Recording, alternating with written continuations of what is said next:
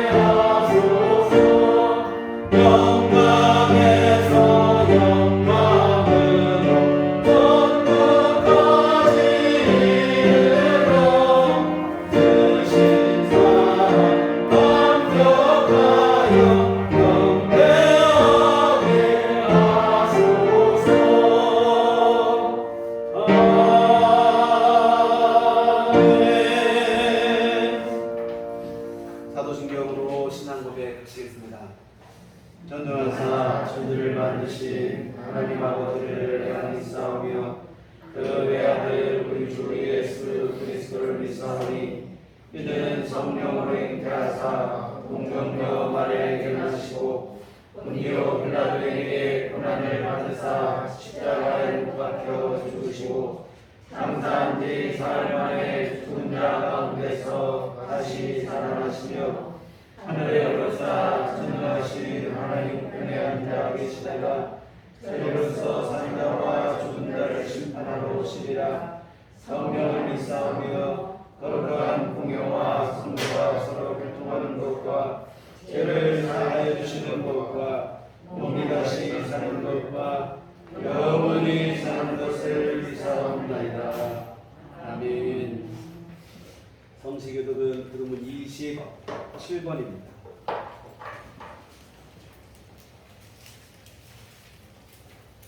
그러면 27번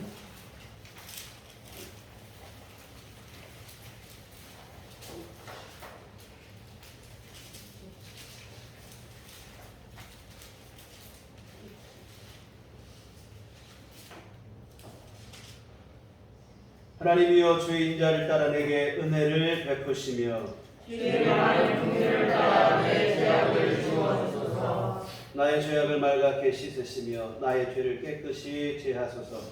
물은 나는 내 죄가를 아오니 내 죄가 항상 내 앞에 있나이다. 내가 주께만 범죄하여 주의 목전의 악을 행하여 싸우니 주께서 말씀하실 때 의로우시라 하고 주께서 시험하실 때에 순전하시라 하리이다. 내가 죄악 중에서 출생하였으며 어머니가 죄 중에서 나를 잇게 하였나이다. 구슬초로 나를 정결하게 하소서. 내가 정하리이다. 나의 죄를 씻어주소서. 내가 눈보다 희리이다. 하나님이여 내 속에 정한 마음을 창조하시고 내 안에 정직한 영을 새롭게 하소서. 아멘. 성경은 찬송가 2장입니다.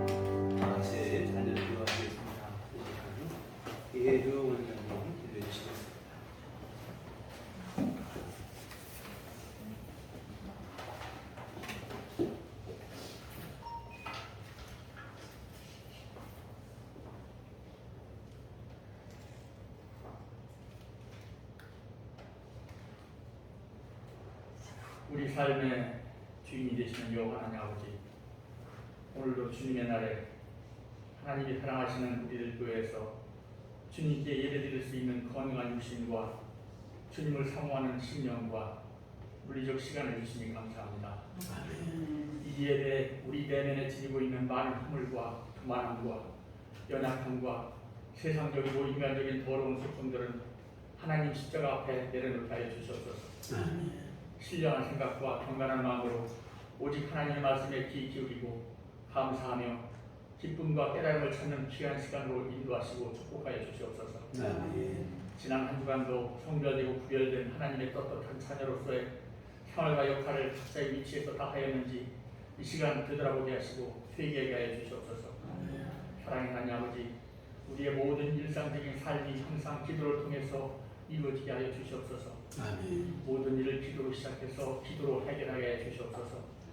우리들이 세상을 살아가면서 고난과 고통을 마주할 때마다 기도하라는 하나님 말씀을 떠올리지 못하고 먼저 육신적인 생각과 판단으로 문제를 해결하려는 어리석음을 질책하시고 기도 속에서 하나님의 지혜를 찾고 해결책을 찾게 하여 주시옵소서.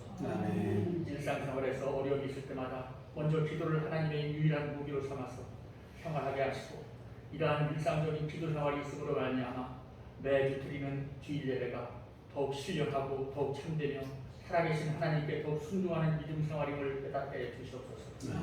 앞이 캄캄할 때 기도하세요라는 복음 성가의 가사가 우리의 삶 속에서 당연하고도 자연스러운 문제의 돌파구가 되어서 우리 심령을 지배하게 해 주시옵소서. 날로 지쳐가는 이 즈음의 주목들처럼 우리의 기도와 믿음의 색깔과 깊이도 날로 진하게 성장하게 하시고 새롭게 변하게 해 주시옵소서. 사랑해 주님, 우리들 교회와 교우들이 항상 하나님의 거룩한 말씀과 뜻을 쫓아서 믿음 생활을 하게 하시고 큰 어려움이 없이 평안한 일상을 누리게 해 주시옵소서. 특별히 연료하신 교우들과 병중에 있는 교우들께 건강의 축복을 주셔서 믿음 생활에 더 기쁨을 가지고 박차를 가하게 해 주시옵소서.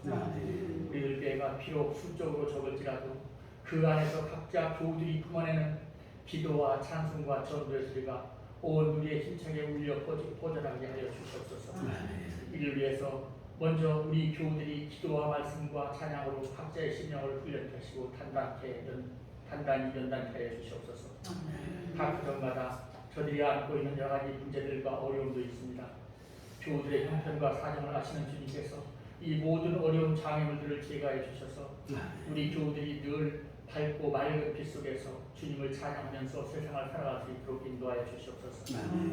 사랑의 주님, 5천년의 장구한 역사와 수많은 참혹한 외침 속에서도 단일 민족 대한민국과 국민들을 지켜주시고 사랑해 주시니 참으로 감사합니다. 이 순간에도 종파간 내전으로 나라간 전쟁으로 지금과 질적으로 말할 수 없는 고통을 하고 있는 나라들도 있지만 우리 대한민국이 선진국에 대해서 많은 축복을 누리면서 좋은 환경 속에서 살아가고 있는 것은 하나님의 크나큰 축복이고 은혜임에 감사합니다. 특별히 우리가 보국, 호운의 달 6월을 보내면서 대한민국을 더욱 사랑하시고 대한민국을 적의 위협으로부터 굳건하게 지켜주시옵소서. 전쟁이 없는 평화를 구가하는 아름다운 나라로 이끌어 주시옵소서. 굶어 죽어가는 불쌍한 북한 주민들의 신음소리를 아랑곳하지 않고 이 순간에도 분별 없는 전쟁 준비에 혈안되고 있는 저 철없는 북한 정권을 근절해 주시고 저들의 완악한 심령 속에 하나님의 영이 침투하셔서 저들 북한 정권이 회개하고 새로운 지도자로 거듭나는 하나님의 기적을 보여주시옵소서. 이 시간 하나님의 말씀을 증거하시는 목사님 위에 성령님께서 함께해 주셨고 영역을 더하여 주시옵소서. 진리의 말씀만 증거케 하시고 그 말씀이 한 줄기 빛이 되어서 우리들의 삶 속에서 기쁨의 에너지로 우리들 일상생활을 영적으로 풍요롭고 윤택하게 하여 주시옵소서. 채워지지 않은 이 허전한 빈자리를 하나님의 축복의 말씀으로 채워주시고 여러 가지 사정으로 이 예배에 참석하지 못한 교우들께도 도움이라는 모양으로 함께 축복하여 주시옵소서. 살아계신 예수 그리스도의 이름으로 간절히 기도드렸습니다. 아멘.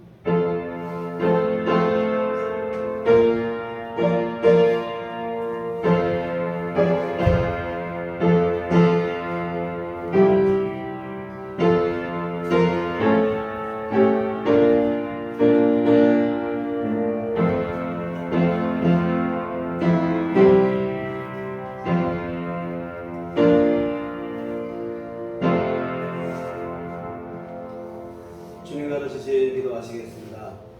하늘에 계신 우리 아버지여, 이름이 거룩히 여김을 받으시오며 나라의 마옵시며 뜻이 하늘에서 이룬 것 같이 땅에서도 이루어지이다.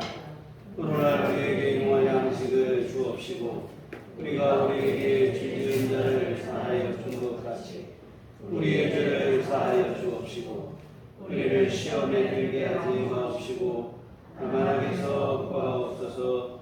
내게 나라와 권세와 영광이 아버지께 영원히 싸움나이다. 아멘. 이 시간 우리에게 주신 하나님 말씀은 신약성경 사도행전 11장 15절부터 18절까지 말씀입니다. 신약성경 사도행전 11장 15절부터 18절까지 말씀 보시겠습니다.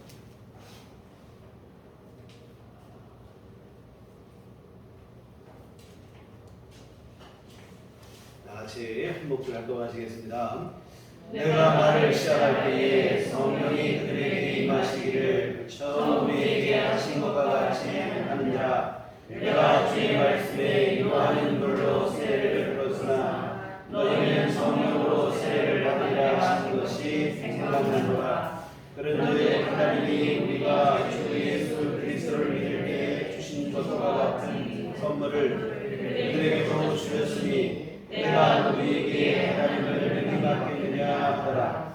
그들이 이 말을 듣고 잠잠하여 하나님께 영광을 돌리되 그러면 하나님께서 이방인에게도 생명 없는 회개를 주셨도다 하니라. 아멘. 우리 주를 배운 종각 평강이 교회 여러분 다들 함께 하시기를 기원합니다.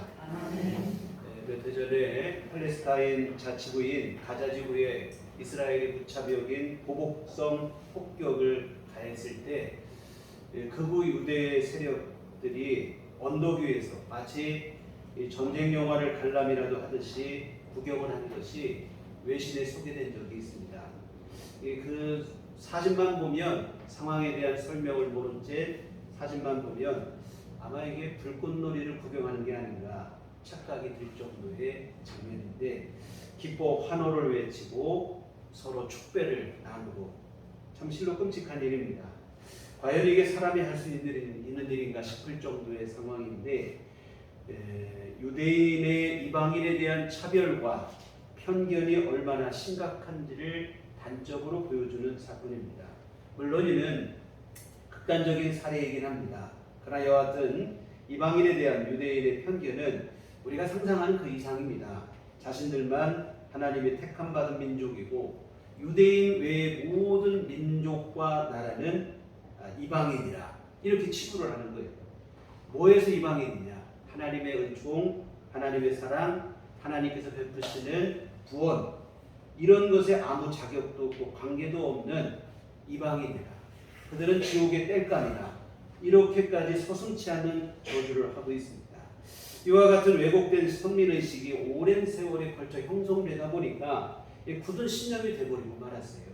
예수님의 우리 사도행전을 보다 보면 예수님의 제자들마저도 처음에는 이 부분에서 자유롭지 못했을 정도입니다.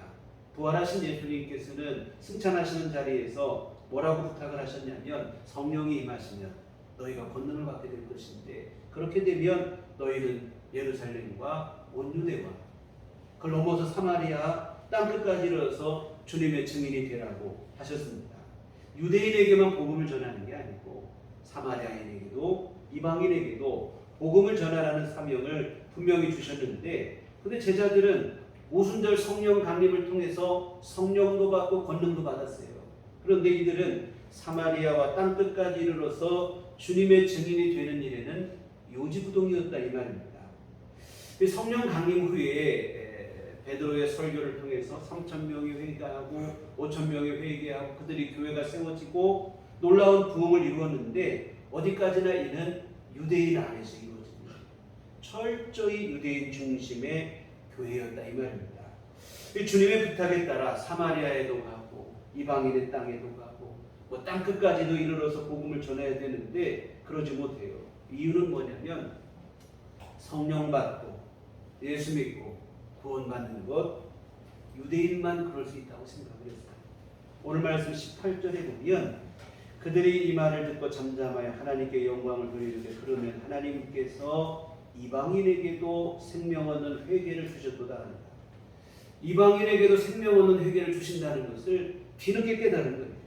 이방인은 복음이 있어도 들어도 깨닫지도 못하고 믿지도 못하고 믿는다고 해도 구원받지 못하고 이런 생각을 했습니다. 그래서 구원받는 일에도 여전히 이방인은 이방인일 뿐이라 라고 생각을 했어요. 예수님은 온 세상 모든 사람을 위해 십자가에 생명 바치셨는데 유대인들은 그 복음을 자신들만의 것으로 자신들만의 전유물로 한정을 시키고 제한을 시켰다 이 말인데요.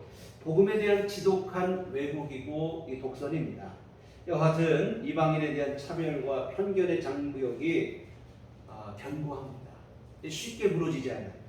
사도행전 10장에 가서야 비로소 이 장벽이 조금씩 무너지기 시작하는데 베드로 사도께서 이방인이었던 백부장 고넬료의 집을 방문하여 복음을 전하는 것이 기점이 되고 그 이후 바울 사도에 의해서 이방인에 대한 선교가 본격적으로 꽃을 피우게 되어지는데요. 사실 베드로 사도조차도 처음에는 이방인에 대한 편견, 차별 이것 때문에 이방인 전도에 부정적이었습니다.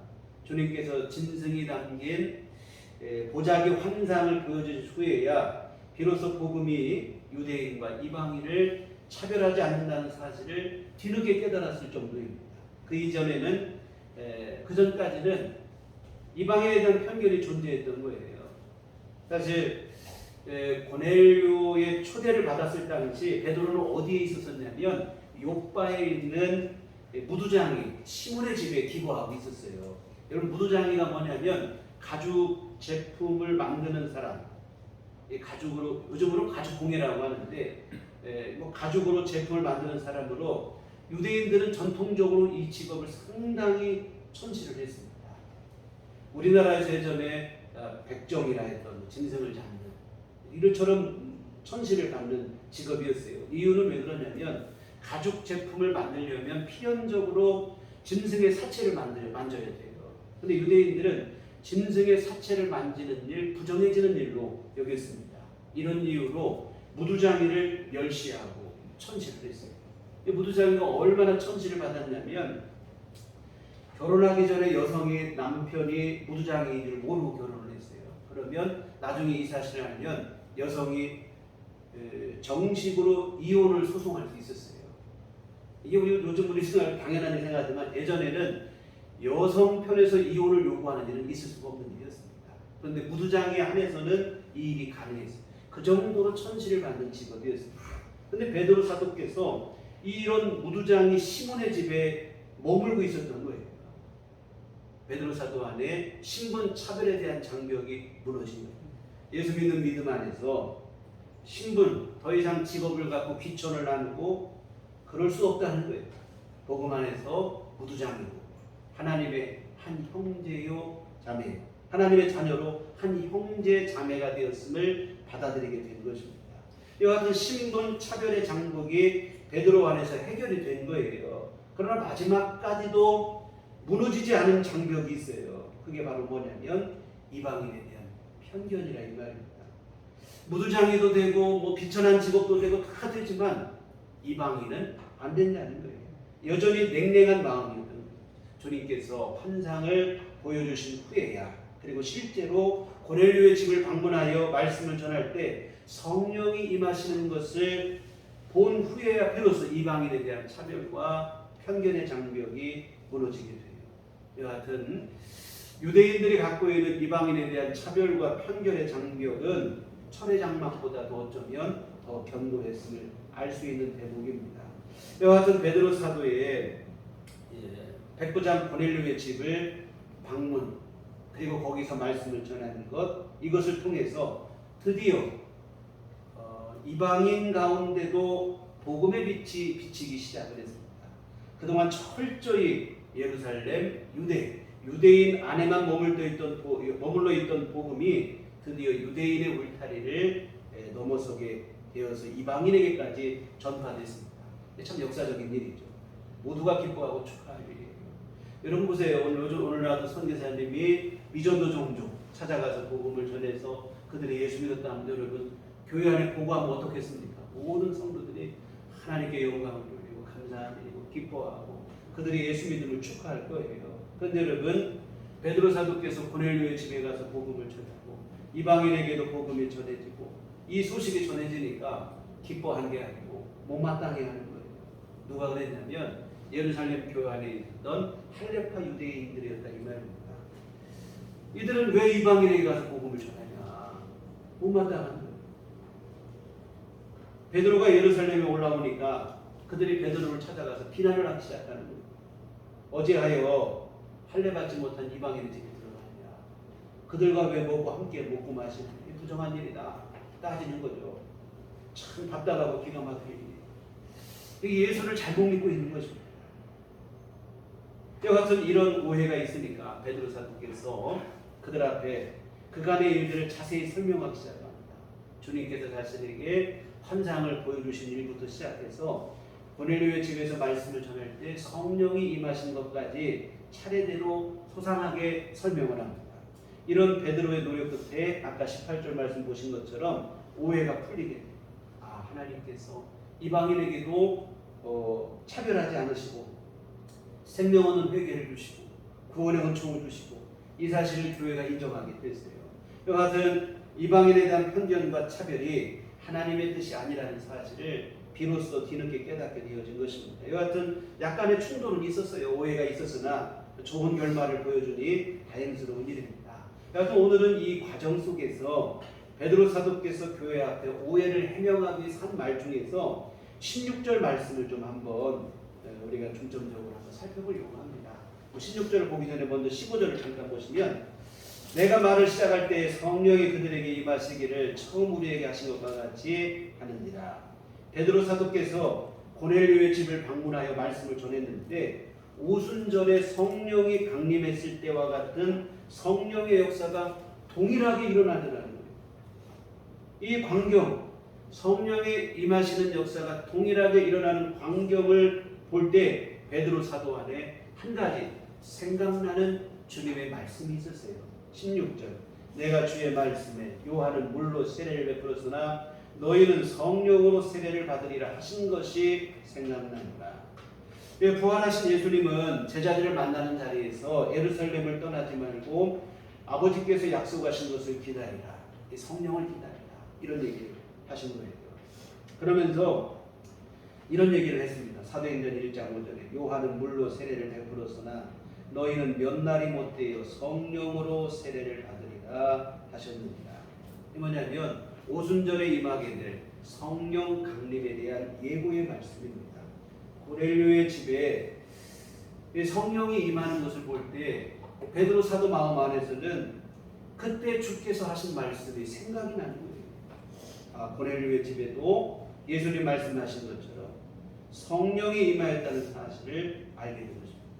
이에 베드로는 이방인 가운데도 구원이 임한다는 사실을 믿게 된 거예요. 17절에 보면 그런즉 하나님이 우리가 주 예수 그리스도를 믿을 때 주신 것과 같은 선물을 그들에게 주셨으니 내가 누구이기에 하나님을 능히 맡겠느냐 하더라. 그동안 가지고 있던 선민의식에 대한 그 선민의식에서 비롯한 이방인에 대한 차별과 편견을 내려놓게 된다는 해묵은 고정관념이 일순간에 무너지게 된 것이라 이 말인데요. 여기에서 우리가 얻을 교훈이 있어요. 베드로 사도께서 어떤 상황 속에서 예수님의 말씀이 생각났다는 것과 생각난 그 말씀 앞에 자신의 생각이 잘못되었음을 굴복시키며 주님의 그 말씀을 그대로 받고 믿고 생각난 말씀 그대로를 믿음으로 순종했다고 하는 사실입니다. 여러분, 이것이 바로 하나님의 음성을 듣는 것, 그리고 하나님의 인도하심을 받는 신앙생활, 이것의 가장 정확하고 분명한 모범이라고 하는 사실입니다. 사실 여러분, 이 부분에 대한 오해가 많이 있어요. 지난 주일이 성령 강림 주일이었는데 설교가 좀 밀리다 보니까 오늘 성령 강림 주일 말씀을 드리게 되는데 이 성령에 대한 오해가 있어요. 소위 말하는 불건전 신비주의의 부작용이 되어지는데, 물론 과거에 비해 많이 좋아지긴 했으나 여전히 성령의 음성을 들었다, 환상을 보았다, 꿈으로 계시를 받았다, 예언을 받는다, 이런 혼란스러워요. 여러분, 성령에 대한 바른 이해가 필요합니다.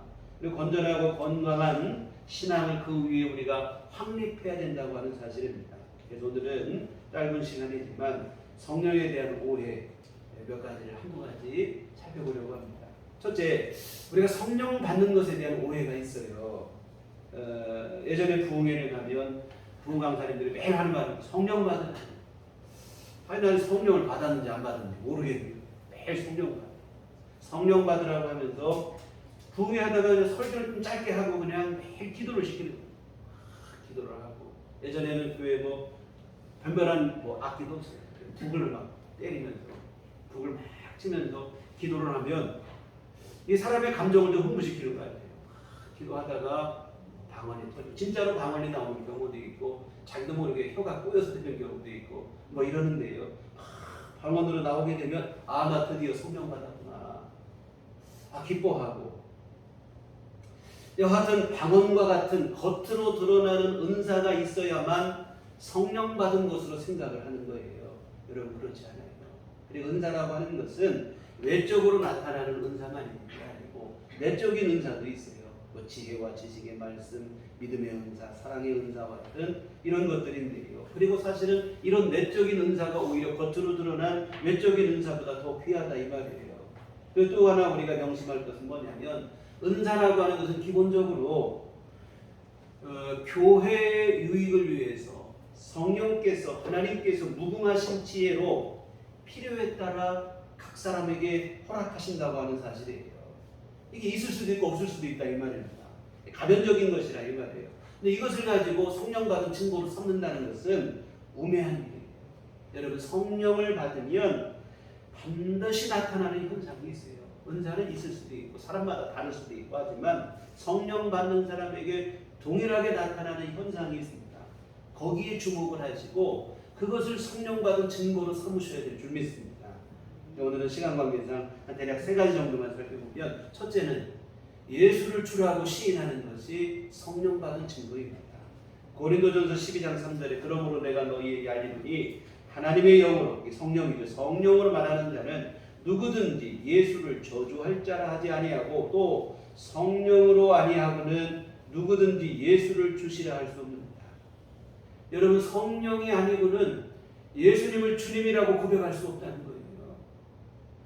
우리 육신의 본성을 갖고 나 예수님을 주인으로 삼고 이게 아니라 이 말입니다. 여러분, 많은 사람들이 예수님을 존경하는 사람들이 많이 있어요.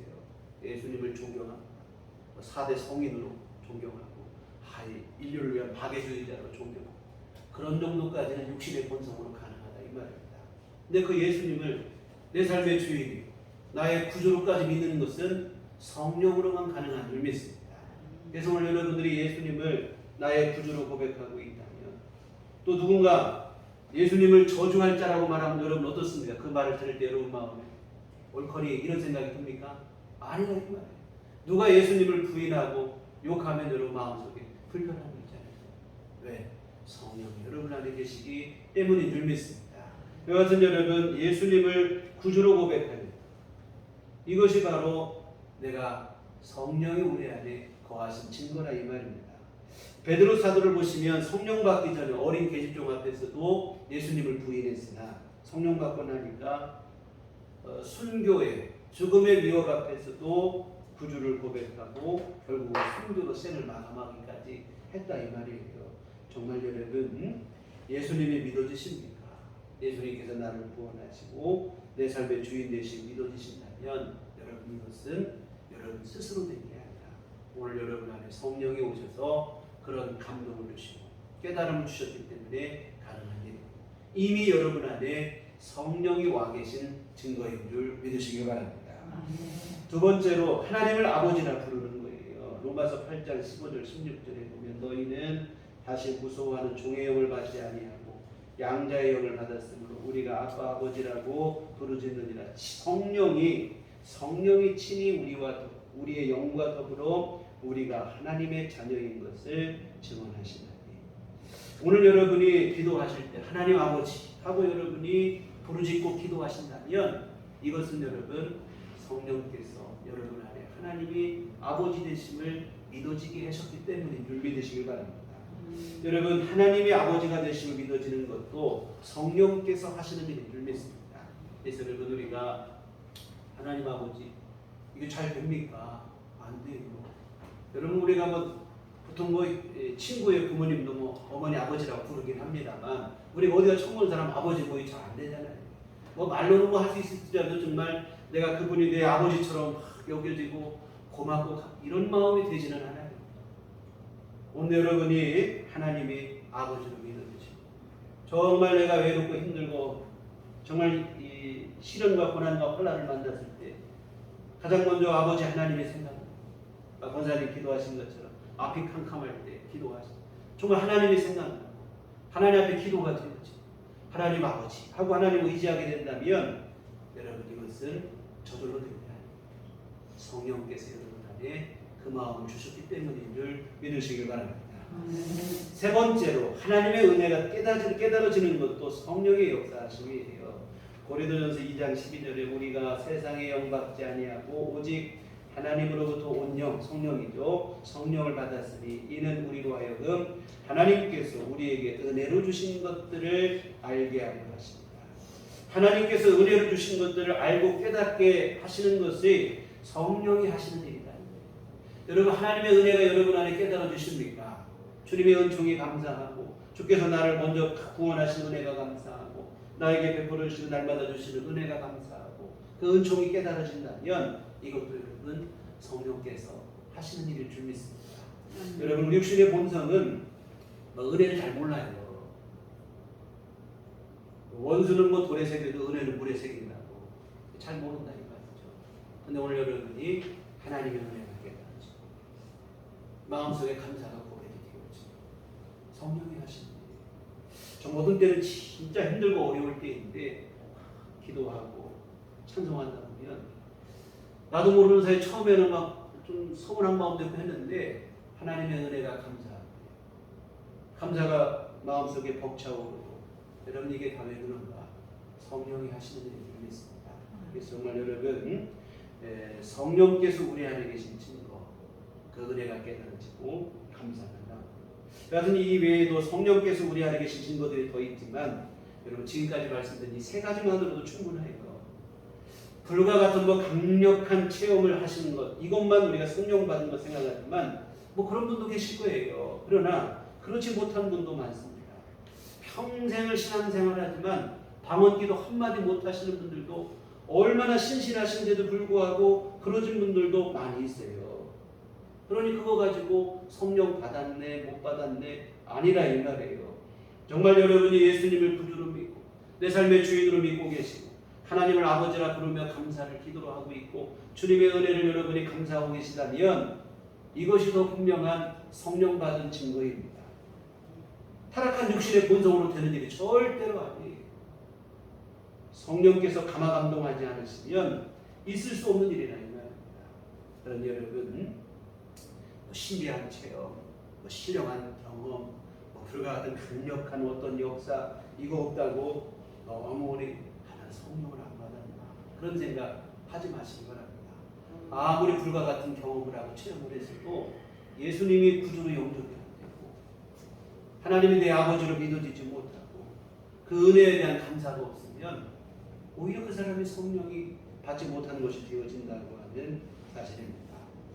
예전에 하여튼 성령 받고 이것을 자꾸 이런 신비한 경험으로만 생각을 하는 거예요. 신학교 간다고 하니까 제 아시는 지인분이 하시는 말씀이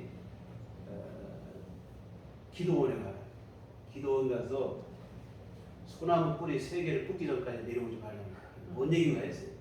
소나무를 붙잡고 막 기도하다가 뿌리가 뽑힐 때까지 기도를 하는데 3뿌리 정도를 뽑고 내려오라 그런 얘기를 하는데 참 너무 우리가 그런 거로만 생각을 하는 거예요.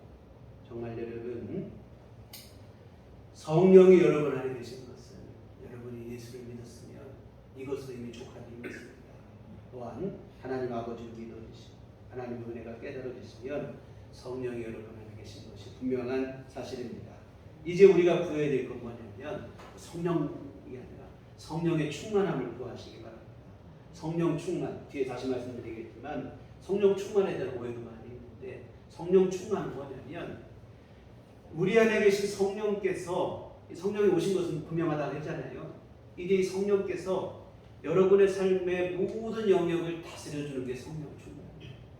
불로불로 뜨겁게가 성령 충만이 아니라 성령께서 여러분의 삶에 일어난 모든 일, 여러분의 삶의 모든 영역을 이제는 내 뜻대로가 아니고 성령께서 이끄시는 대로 순종하며 살아가시는 것이 성령 충만인 줄 믿으시기 바랍니다.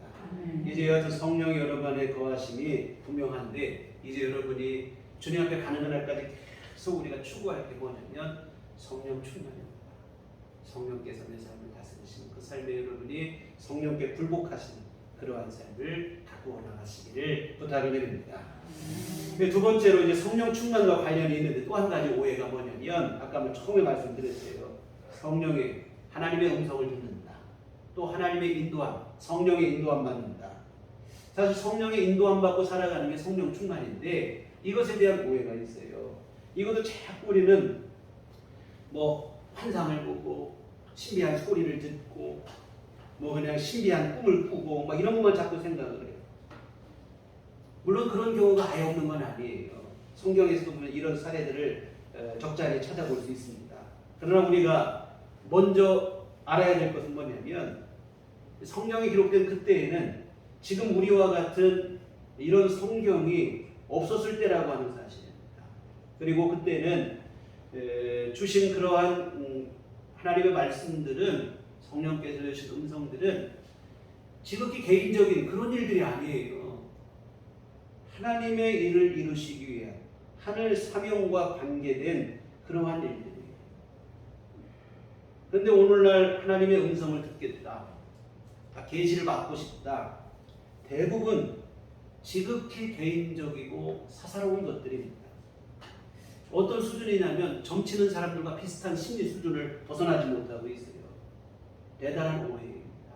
여러분, 이 계시된 말씀인 성경, 진리의 성경을 바탕으로 한 최고 수준의 신앙이 기독교 신앙인데 자꾸 우리는 뭐 음성을 듣는다 이러면서 저급한 무속신앙으로 우리의 신앙을 전락시킬 때가 있어요. 혹시라도 이런 오해, 뭐 이런 생각 가진 분이 계시다면 드리고 싶은 말씀은, 여러분 오늘 우리는 하나님께 내일의 삶뿐만이 아니에요. 영원까지 맡기고 사는 사람들이라고 하는 사실을 항상 잊지 않으셨으면 좋겠습니다. 우리의 영혼까지도 하나님께 책임져 주실 것을 믿고 사는 거예요. 근데 성령의 음성을 듣기를 원한다고 하는 경우 대부분은 바로 뭐냐면 내일의 일들에 대한 불안, 불신앙, 그 불안하는 심리로 점치듯이 하나님의 음성을 구하고 계시를 구하고, 또 여러분이 예언 기도라고 하는 것도 보면 뭐 대부분 점치는 것과 비슷한 수준이에요. 연약한 불안한 심리 상태를 이용하는 거라 이 말입니다. 특히 결정장애를 갖고 있는 분들 같은 경우는 스스로 결정이 안 되니까 누가 이렇게 해주면 더 좋은 거예요. 그래서 뭐 그냥 전 보러 가듯이 무슨 일만 생기면 예언기도 받으러 찾아다니고, 그런 일들이 예전에 많이 있었어요. 여러분 이렇게 됐을 경우 정말 큰 문제는 뭐냐면 하나님의 말씀보다도 되지도 않는 예언기도를 더 의지하게 된다고 하는 사실입니다. 여러분 성도의 삶의 기준은 하나님의 말씀임을 믿으시길 바랍니다. 그런데 예언 기도를 받으러 다니다 보면 성경보다도 예언 기도를 더 의지하게 됩니다. 정상적인 신앙생활이 불가능합니다. 여러분 점치는 사람들, 점치러 다니는 사람들 보시면 보편적인 상식과 가치 기준에 따라 살지를 못해요. 점쟁이의 터무니없는 말을 더 의지하고 정신없는 삶을 살아가는데 똑같은 현상이 일어나는 거예요. 하나님의 말씀에 순종하는 제자가 되는 게 아니라 예언기도 해주는 사람의 노예로 전락하게 되는 거예요. 이거는 불보듯 뻔한 일입니다. 이게 정말로 불행한 일들이에요. 정말 저는 어린 학창시절에 지금 생각하면 참 그때 시절에 정말 순수했던 것일 수도 있겠으나 우매했던 일이라는 생각이 듭니다. 조은감 목사님이 오시면 뭐 헌금 봉투를 보고는 막 기도를 해줘요. 앞날에 대해서 예언을 해줘요. 그러면 다 좋은 얘기 해주시면 나쁜 얘기는 안 해줘요. 그러니까 다 헌금을 더 막 또 드리고 막 그러는데요. 참 이거 어리석은 일이라는 생각입니다. 우리가 여러분 하나님이 그렇게 얼마나 못 믿어오면 하찮은 인간의 말에 기대에 의지하고 살아가고, 정말 여러분 하나님은 여러분의 좋으신 아버지이심을 믿으시기를 주의 이름으로 부탁을 드립니다.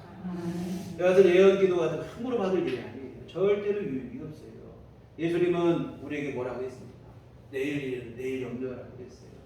오늘 하루 쓰고 뭐 족하다는 거예요. 여러분 하루하루 믿음으로 사는 거예요. 성실하신 하나님께서 내일뿐만 아니라 영원까지도 내 삶을 지켜주시고 책임져 주실 것을 믿고 사는 거예요. 예수님께서 우리의 기도를 가르치실 때, 주기도문 가르치실 때 평생 먹을 양식을 구하라 기도하잖아요. 일용할 양식을 구하라고 가르치신 이유가 바로 여기 있어요. 오늘 양식을 내려주시고, 오늘 내려주신 것처럼 내일도 내려주시고, 매일같이 내려주시고, 여러분 광야에서 만나를 매일 내려준 것처럼 하나님 아버지께서 매일같이 내 삶을 책임져 주실 것을, 성실하시고 신실하시게 내 삶 속에 역사하실 것을 믿고 그 믿음으로 사는 게 믿음이지, 내일 무슨 일이 일어날지 불안하고 걱정이 돼서 미리 알고 싶어서 안다라는 것은 사실대로 믿음이 아니에요. 신실하신 하나님을 신뢰하지 못하는 불신앙입니다. 그럼 어떻게 하는 것이 건강한 신앙생활인가? 오늘 16절, 아까 보신 본문의 16절에 해답이 있어요.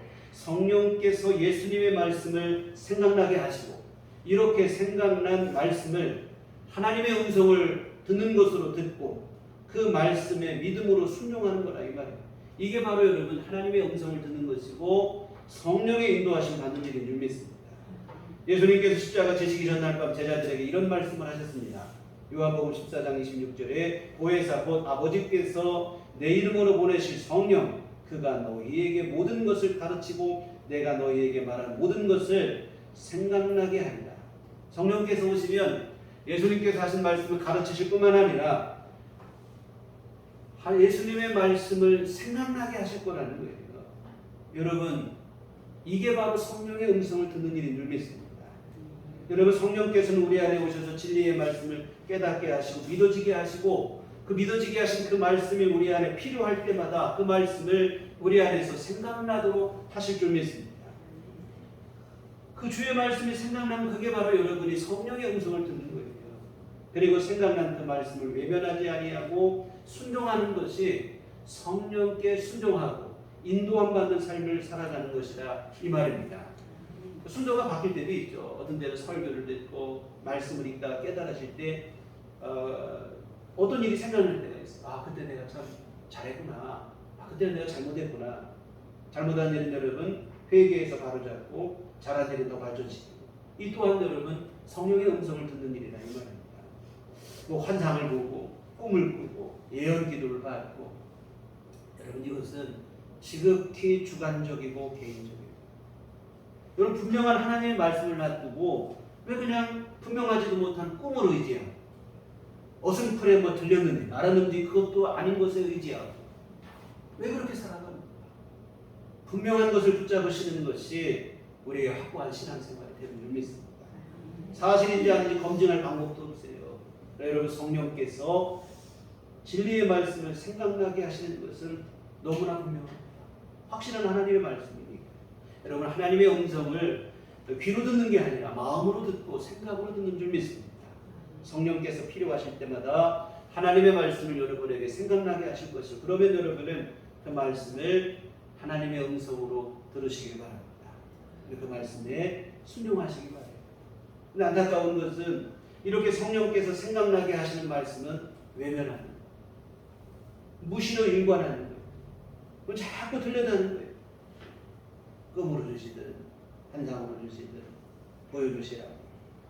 어디 신령한 사람 없는가 하며 예언기도 받으러 다니고.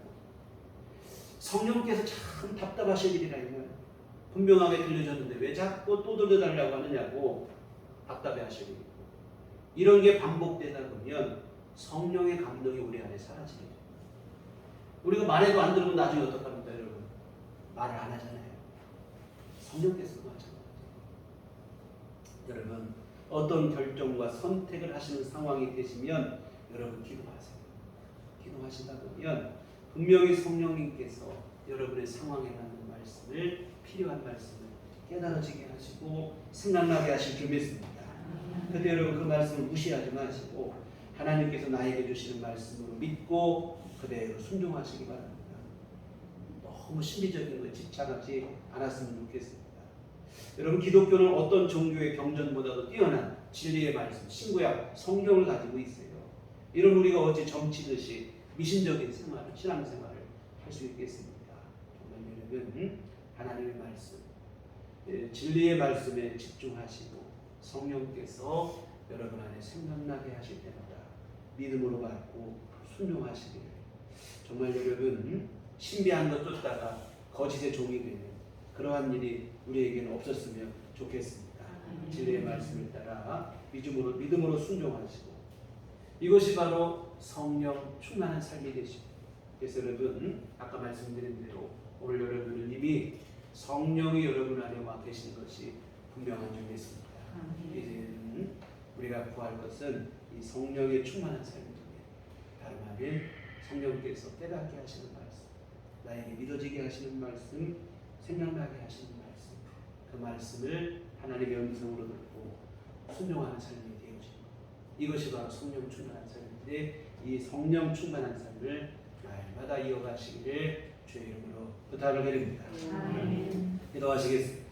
하나님 아버지, 참으로 오늘 우리 안에 성령께서 감화감동하시고 정말 우리 안에 필요한 말씀을 생각나게 하실 때에 주님, 우리 외면하지 않게 하여 주시옵시고 무시하지 않게 하여 주시옵시고 하나님께서 나에게 지금 주시는 말씀으로 듣게 하여 주시옵소서. 믿음으로 순종하게 하여 주시옵소서. 하나님께서 원하시는 기뻐하시는 일들을 이루어가는 삶을 살게 하여 주시옵소서. 날마다 성령 충만한 우리들 교우들 모두 되게 하여 주시옵소서. 예수님 이름으로 기도했습니다. 아멘. 찬송가 182장, 찬송가 182장 찬송하시겠습니다.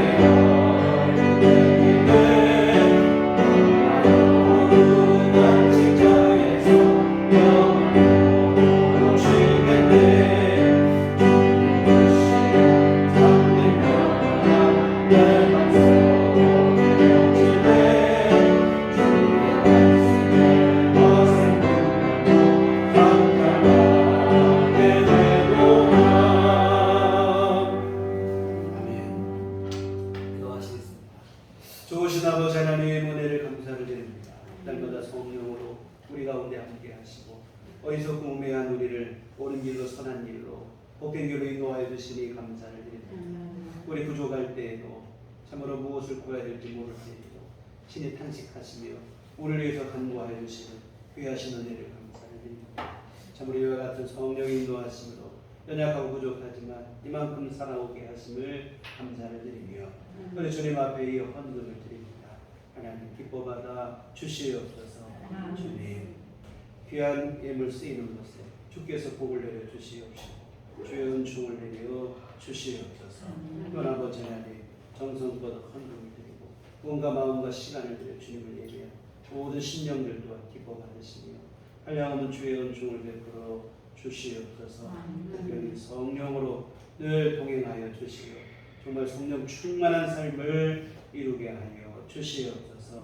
우리 주님께서 이끄시는 의롭고 선하고 복된 길 걸으며 하나님 앞에 영광 돌리는 귀한 삶이 될 수 있도록 하나님 은혜를 내려 주시옵소서.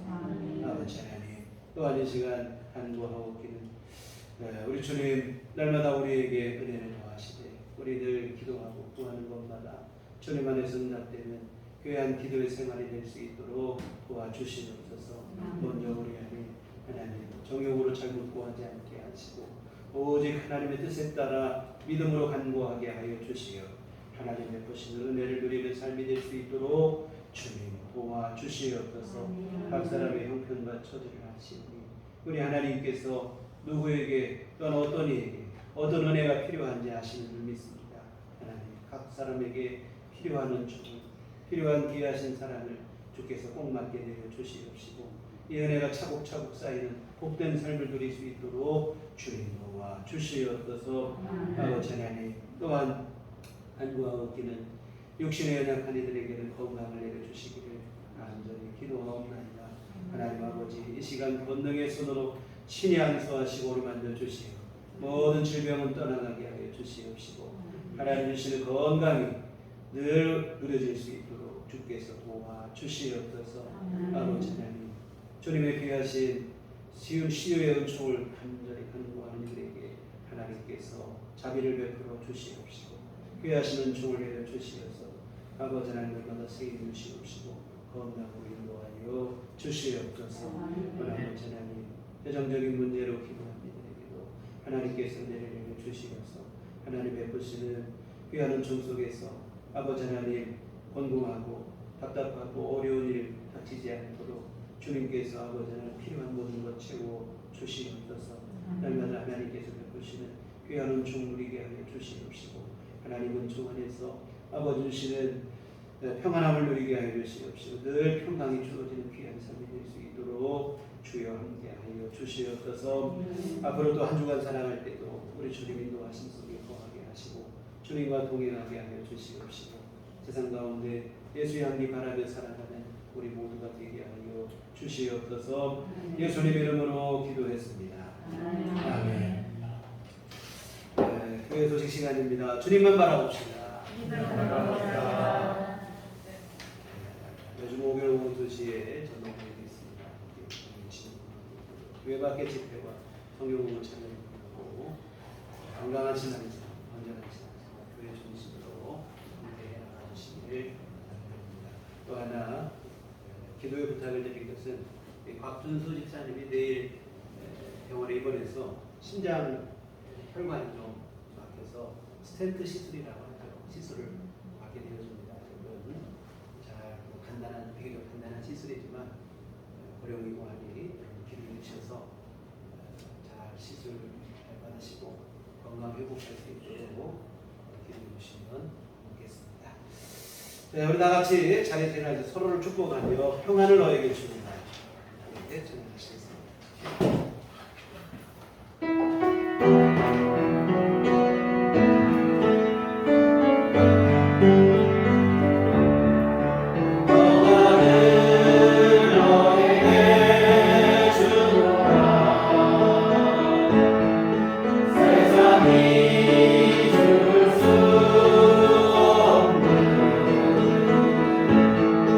세상이